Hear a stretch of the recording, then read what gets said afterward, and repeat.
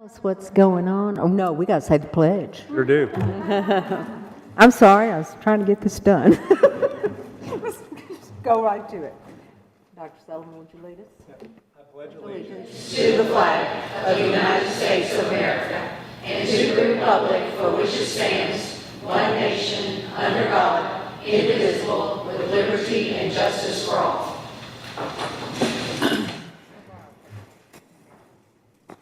Slightly off. Everyone take a moment to look at your agenda. We have one item. Is there anyone who wishes, don't take my good pen, Claire, who wishes to change anything or add to our agenda at this point? If not, I will entertain a motion to approve the agenda. Move to approve. Thank you. Do I have a second? All in favor say aye. Aye. All opposed, no. Anyone wishing to abstain? Our agenda is approved. We do not have any public comment tonight, so we will go directly into our agenda. Ms. Monica. Yes, thank you. We have one policy change, which is policy 4.403, library materials, and we are requesting that this policy be approved on one reading, as it is necessary to take effect before the start of the 24-25 school year.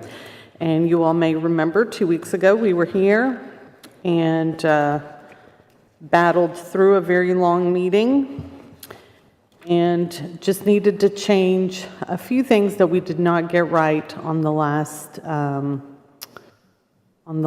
one. So just to let everyone know, we had a few versions last time, and Ben Torres with TSBA helped us work through this one to make sure that it met the requirements of the new law. There was a lot in the new law, and then still address what we had going on in our district. So before you, you will see the proposed changes. And again, this merges what Mr. Torres helped us with, and then some other things that we addressed along with our current policy to make sure that it was compliance with the new law.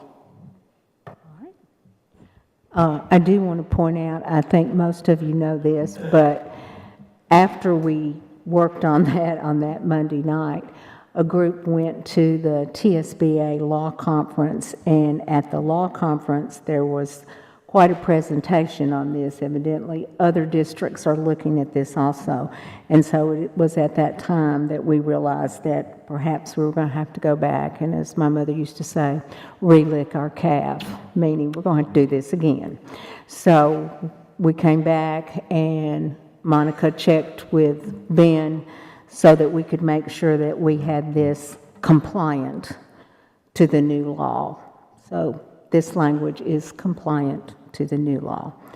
I will now open the floor. Oh, wait, is there somebody coming in? Okay, that's what I thought. I think somebody was coming in.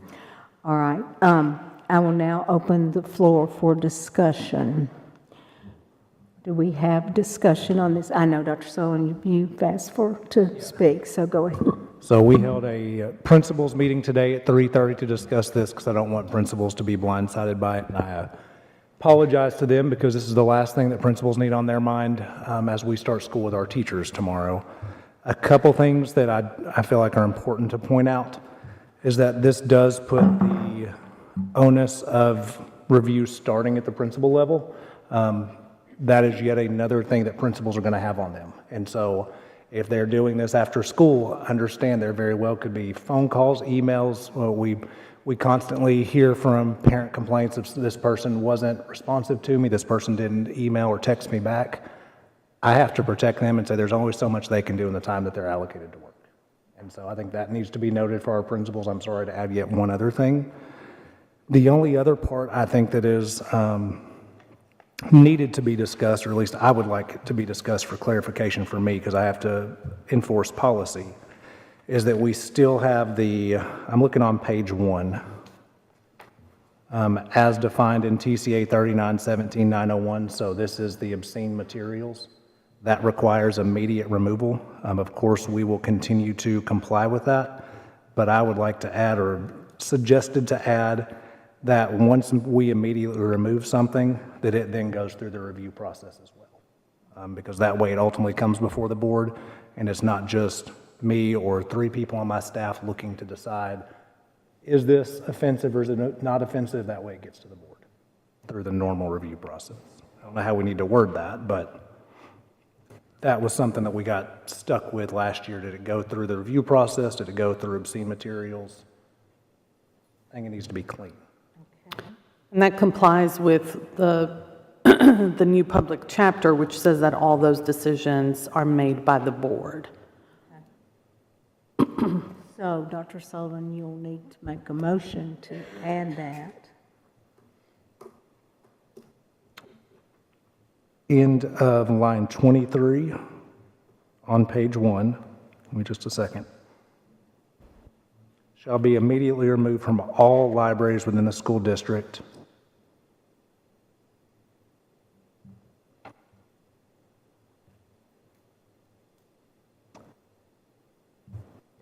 No, That's probably the place to put it it. is. I'm just trying to think of how I want to word it. Okay.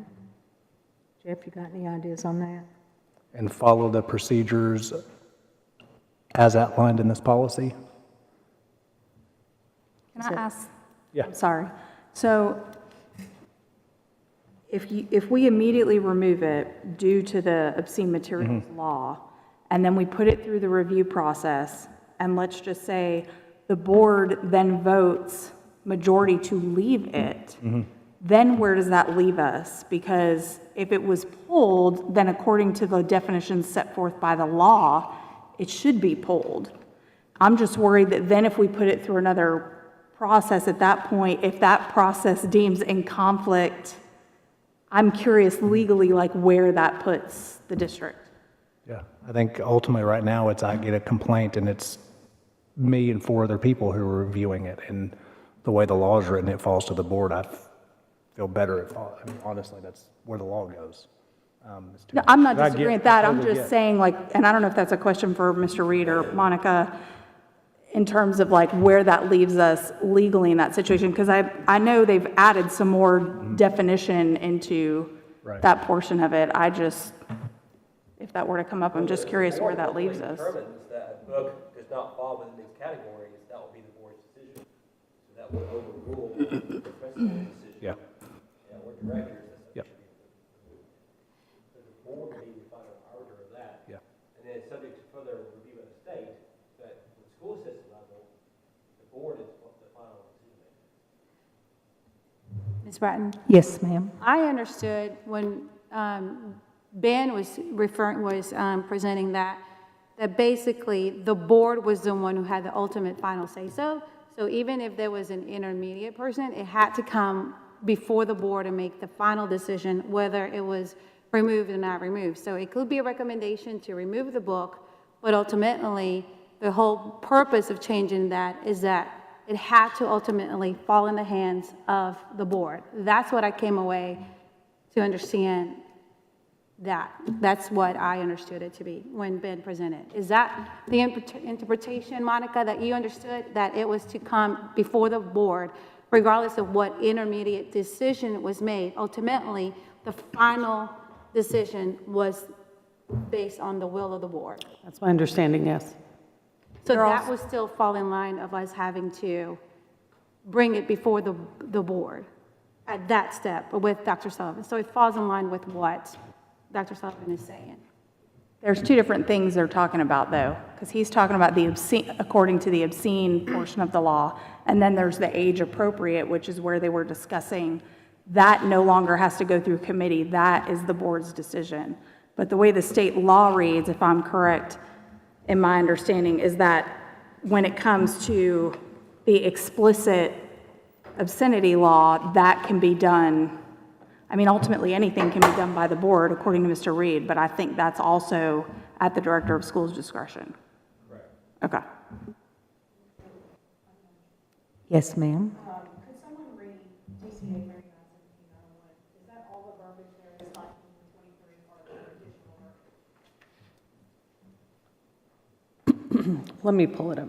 That which is in yellow is what's been added, am I correct? Okay.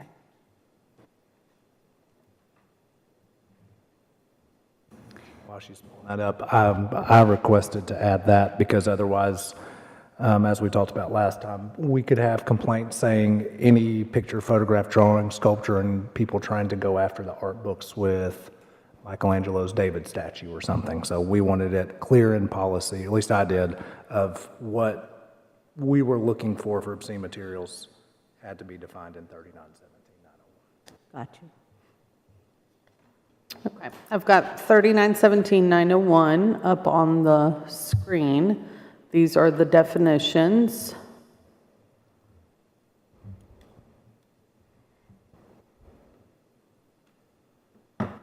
Let me know when you need me to move it down.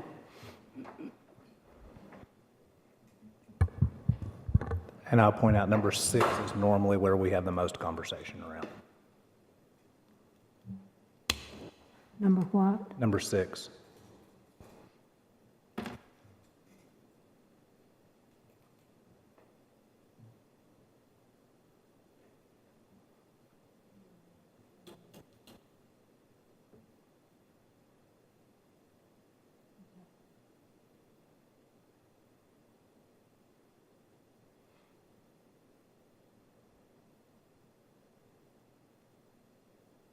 Six and 10, sorry. They copy each other.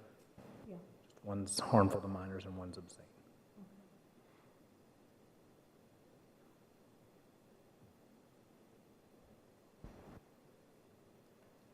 Move it down.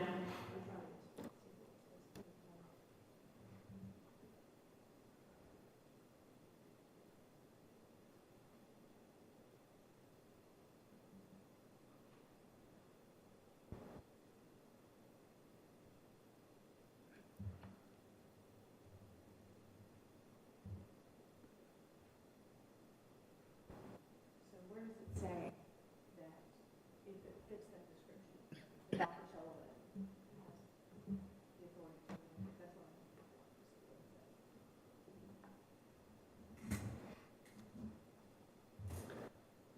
looking for. What Public Chapter 782 says is that any material that meets these definitions in 3917-901 is not appropriate for the age or maturity level of a student in any of the grades kindergarten through 12 and must not be maintained in the school's library collection or is patently offensive, and then goes into those definitions. Appeals to the prurient interest, is not appropriate for the age or maturity level in any student grades kindergarten through 12. No matter what we do, the buck stops with the board. It doesn't matter. The buck stops with the board. Whether or not it's an appeal through the principal to the ad hoc committee, to the recommendation to the director, back to the board.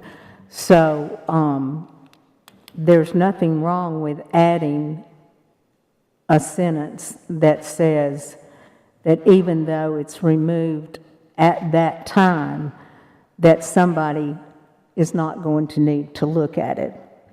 Because I don't think you need to take an art book out of the library because it has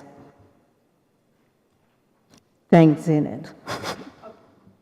And that's what this is probably, that's what we're referring to. Now, if the board thinks you've got to take art books out, then I guess you can vote to do that. So do you have wording for your motion? My motion would be to add in line 23, immediately remove from all libraries within the school district.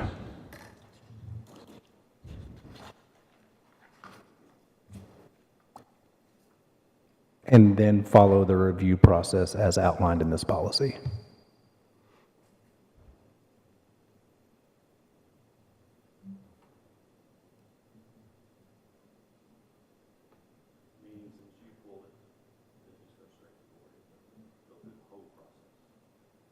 You could add that. That works too, either way.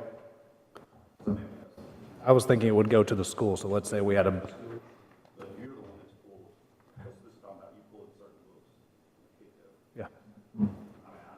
That's the reason I wanted this brought up, because I needed clarity on it, because right now I get a list and it's looked upon me to remove the books, and that puts me in an uncomfortable position, especially in a legal standing when we're looking at the board having that.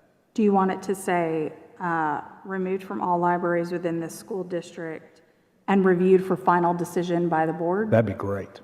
Yeah, that'd be Okay. awesome. Say that again, Katie. Thank you, that'd be awesome. Within the school district, and then reviewed for final decision by the board. For final decision by the board. We need to add that to lines 30 as well. It's lines 19 through 23 talk about, Right. So shall be immediately removed from all libraries within the school district and reviewed for final decision by the board. Do I have a second? Second. Yes, yes, Bless you. for final decision. Let me jot this down.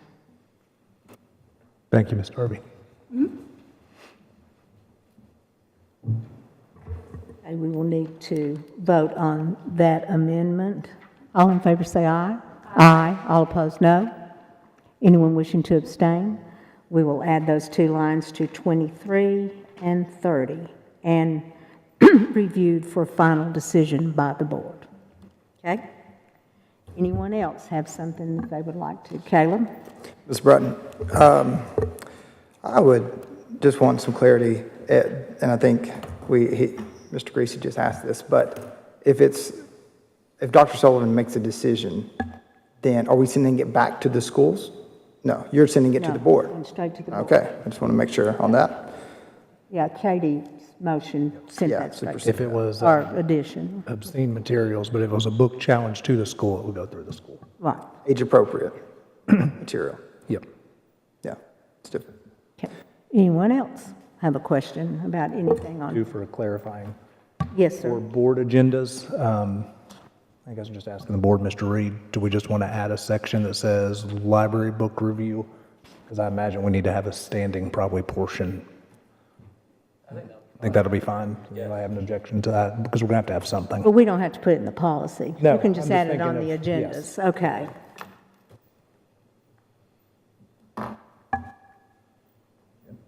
Sorry.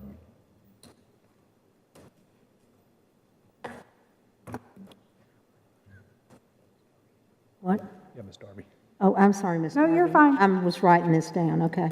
I'm just curious, and this is probably a question for Monica. Under complaints on number 6, I know the way that this is written says the principal shall request, and I'm only asking because I think, and I might be remembering wrong, Mr. Tidwell was there when Mr. Torres was speaking about it with us after his presentation. I think, didn't he say that was optional, that it could come directly to the board? Yes, the recommendation that he had made was May. Yeah, so I'm wondering, in light of Dr. Sullivan's point of it being extra and additional on our principals, if legally we can change the wording to may, then if the principal wants to have that committee, they can, and if they're slammed and they want to just kick it to the board, they have either option. I don't know how everybody feels, but is that correct legally, Monica? Is it correct that the principal doesn't have to make a decision, is our question. Is that right, Katie? it is, the ad hoc review committee is optional.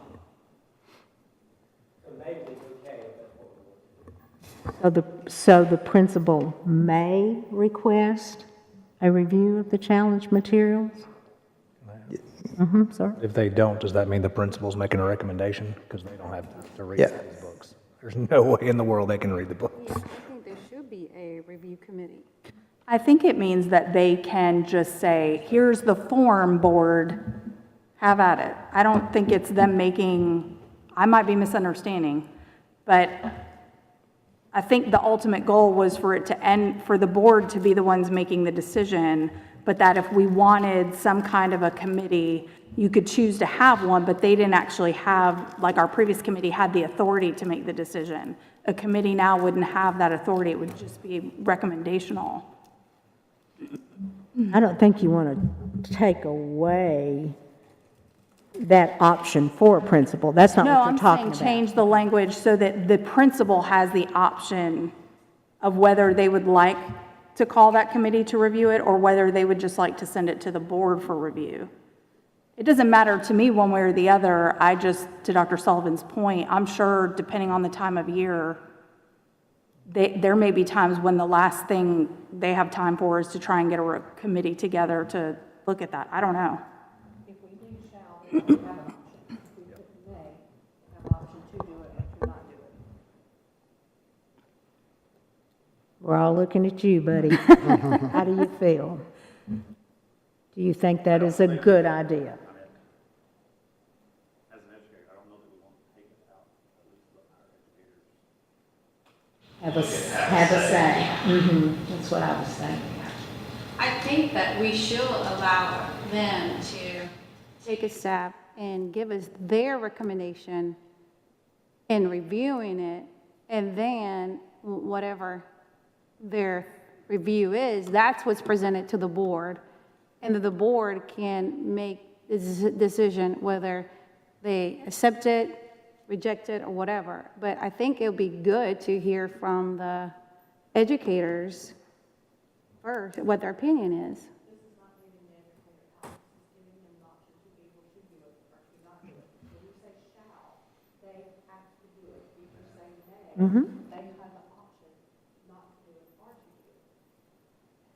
But I think the question is, do we want the principal to make that decision every single time? So if there's like 30, like if they have 5 requests and they're the only ones who can make a decision, are they going to have time to make decisions for $5 at one time? Ms. Brad? Yes, sir? I think the recommendation of why Mr. Torres had recommended may instead of shall is simply just to allow the principal to decide whether they want to pursue that avenue or not. It doesn't take away the right. I mean, he or she, the principal, could form a committee every single time, or they may have a recommendation. Perhaps the principal's already read the book because the principal is actually the one making the recommendation. Perhaps they've already reviewed and read the book when it gets brought up and they have a recommendation ready to move forward. But it is just a step of recommendations. In the end, the board will have the final say. So I think leaving that up to the principal to decide whether or not they should or they must is just an extra tool in their bag. Yes, sir? We discussed shall or may. I liked shall because it gave the same district, or the entire district, the same operating procedure. I can envision different principals doing different things, and that puts me in a weird position to where half of my principals are doing this, half are not. I would either say yes, they do, or no, they don't. Well, there's no, so. Well, I'm I reading. think shall is where we should leave it. But if somebody makes a motion, we'll vote on it. Can I real quick? Yes, sir. There can be a none, because the procedure for the local board of education or public charter school governing body to receive and evaluate feedback. It doesn't say it has to be a principal, it just says there has to be a procedure. I don't think that's a good idea whatsoever to go straight complaint board, but if that's the avenue the board wanted to do, they absolutely could. So Dr. Sullivan, for consistency and uniformity across the board, and that's something that we've discussed, it's about having consistency in our schools and everyone following through the same processes, then you don't see this as being cumbersome to the principals rather and keeping the language as shall. I think it's going to be cumbersome. No, I absolutely do, but Well, yes, I I do. But it would Yes. I'm be saying uniform. in regards to It'd be uniform. It'd be uniformity uniform, and yeah. Consistency. I think it should be required or they're not doing it, one of Okay. the two. Because I could very well say, well, we're busy on Friday night, I'm just going to kick this one. We're at this time of the year, we're not going to kick this one. One school kicks it, one school doesn't. That's, Okay. Okay. So, was that a motion or just a question? Just a discussion, okay. So you're not making a motion? Okay. Okay, Thank you. Me Anyone else? too. I just want it decided and want to know what I'm doing. Anyone else have a question? Mr. Bratton? Yes, sir. On page 3, where it talks about line 22, actually, it's a little bit deeper than that. I think it's 25. The board shall review the findings and issue a decision within 60 calendar days, which the feedback was received. When it says feedback received, is that the beginning of the process, the first submittal? What is the starting point of feedback received? Feedback Wouldn't that be recommendation? when the recommendation came to the board, then 60 days from that, because that's your feedback? That's what I'm trying to figure Yeah, out. I can see why you would say that. I mean, that's the way I read it. Yeah. No, I think Yes, sir. it's basically the complaint.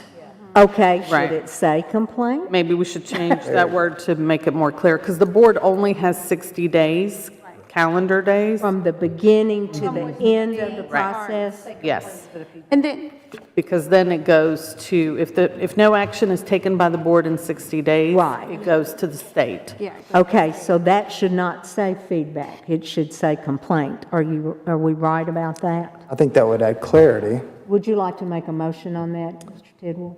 Yes, I would like to make a motion that we change the word feedback to complaint. Do I have a second? All in favor say aye. Aye. All opposed, no. Starts the day you get it. Yep. That's Yes. correct. Okay. We didn't finish. Anyone wishing to abstain? The motion passes. Now we can ask a question. Go ahead. right. Monica, where is it on the policy where it states that if after 60 days, there's been no movement, it goes to the state? It's not in the policy, it's in the law. It's in the law. Do we want it, we're not going to include it here in the policy just for clarity's sake? Whatever the committee and the board wants. Didn't we go back and put that? I thought we put In that the last original one, okay. The revised. Ben must have taken it out. I think we should put that, my recommendation is that we include that because because once the clock starts and and no movement is happening within the 60 days, Adam, it is supposed to be going to the state. And it actually, I think we're supposed to be giving the form too, right? I thought it was part of it, yeah. And we're responsible for giving them the form for the complaint to the state. So are you making a motion? Yes. And what is your motion? I make a motion that we include the language that after 60 days, there's been no decision of the complaint, that the complaint be moved to the state for appeal, or the process, no, for the process, and for us, and for the district to give the form to the complainant. Can you help us? Make the complaint. I've got the language from, about to say. Yeah, you have Yeah, I it? was going to ask for the language. Because Yeah, it- what's the language? Here's the language from the public chapter. If a local board of education does not make a determination within 60 days from the date on which the feedback was received, it actually says That's where feedback feedback, in the law, then the student's parent or guardian or school employee who submitted feedback on the material may request the state textbook and instructional materials Quality Commission to evaluate the material pursuant to TCA 49.62201. That's what we need to put in there. Yeah. Put the exact language, Just- don't you yeah, think? There's no need for, Okay, so why don't you just make the motion Yeah, that I we mean- include the exact language from the law? yeah. Do I- Yeah. Do I hear a second? All in favor say aye. Aye. All opposed, no. Anyone wishing to abstain? The exact language will be added to the end of the decision of the board is final. Exact language on 60 days. Did you get that, Monica? Yes, ma'am? Okay, anybody else? On the last line, it says a notation will be made in the library database regarding any removed books. Do we have a comprehensive database? We do. That's what, and everyone has access to that same database. updating right now, so it's gone through, so we're not sure what the new version looks like. I mean, we have to download it to make sure everything stays and is accurate, but we also post them on our website, so any books that have been removed are posted on our reconsideration of library materials website.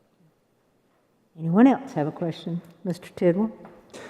On page 2, line 2, it says, "Each school library shall periodically review the library materials contained in their school library to ensure the school library collection is in line with the established standards, and any materials found to be out of alignment with the standards shall be removed, and this action shall be documented." I was just curious what that looks like in action. Oh, we got a hand raised. Yeah, Caitlin, you want to let us know how that's done? I know it's done, just give us a little brief. So we have an annual collection review procedure that is multi-tiered. So annually, every school librarian is responsible for a full inventory of their books, in which they are placing hands on every book in their collection and scanning it into their inventory. They are also uploading their inventory into our software system and doing something called a collection analysis. It takes the data from our library collections and it segregates it by age recommendation and content area. So they're able to take a closer look at these books because we all know that a librarian cannot read 15,000 books in its entirety and still do an excellent job. So this software allows us to take a really closer look to make sure that these books align with the age recommendations of the publisher and our academic journal reviews. After that, we have some tools within our Destiny Library software to take a deeper look into those age recommendations to really find the root cause of why this book has been recommended for this age group. So every year, our librarians will do all 3 tiers of this annual review, and then they will sign their end-of-year checklist and submit it to me by May. Very thorough. Anyone else? Okay, sir. Do want to point out that we are struggling to find librarians and media specialists. Because of potential liability, they're just not interested in doing it. And so that's something that I continue to be a trend. Do we have all filled right now? But we have a large number of waivered librarians in our district who are not yet endorsed, but are making a progression towards their endorsement. Yeah, which They're working on their library endorsement? adds Okay. another problem because they're not fully endorsed yet. Yeah, So it's they're a working on their library, continuous trend. yeah. 2-3 years, what's the program? Is it 2 to 3? So there's 2 pathways to enter it. Now, typically you need a master's degree in library sciences. If you're already a licensed teacher, there is a 1-year add-on endorsement program for which they can be a licensed librarian as well. That 1 year would equal a master's. Right. Yeah. 1 year of endorsement would equal the number of hours required for a master's. Anyone else? Are we ready? Any comments or questions? I will now entertain a motion. Second. All in favor say aye. Aye. All opposed, no. Anyone wishing to abstain? Our new library policy passes. You okay? Almost made it 30 minutes. Beginning of the year, we're just beginning of the year tired, right, Mr. Creasy? Yeah, Yes. yeah. Thank you so much. Appreciate it. Meeting adjourned.